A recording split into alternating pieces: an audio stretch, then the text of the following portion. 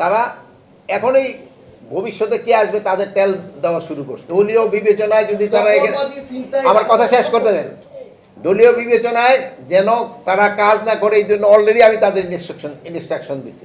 এখানে এখনকার যে পরিবেশ, এই পরিবেশে কিন্তু তাকে কাজ করতে সবচেয়ে সুবিধা। কিন্তু তার ক্ষেত্রে কিছু কিছু লোক আছে, তারা এখনই ভবিষ্যতে কে আসবে তাদের তেল দেওয়া শুরু করছে। এই তেল দেওয়া যেন বন্ধ করে, এই জন্য তাদের আমরা এখানে তো এসপি এখানে আসে, আজ পর্যন্ত ওনারা বলুক যে আমরা কাউরে বলছি কিনা ধরা যাবে না। আপনার কথা আসতেছে না, কিন্তু ওই যে ঊর্ধ্বতন থেকে কল করে যে এখন হলো কি শোনে, এই মামলা নেওয়া যাবে, এখন হলো কি মন্ত্রণালয়ে যাই ঘটে ওই দোষটা চাপে আইসা ইসের উপরে, কি বলে, উপদেষ্টার উপরে। কিন্তু এখানে তো বাহিনী, যেমন আমার ইসে আছে, স্বরাষ্ট্র দল 10টা বাহিনী আছে, আপনার কৃষিতে বুঝি 17টা ইয়ে রয়ে গেছে।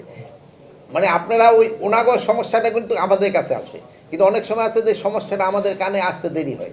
যেমন ধরেন যে এই যে যুগান্তরের যে রিপোর্টটা আসছিল, এই রিপোর্টটা তো ধরেন ঘটনা তো অনেক আগে ঘটছে, কিন্তু আমার তো উচিত ছিল এই চ্যানেলেই পাওয়া, আমাদের চ্যানেল।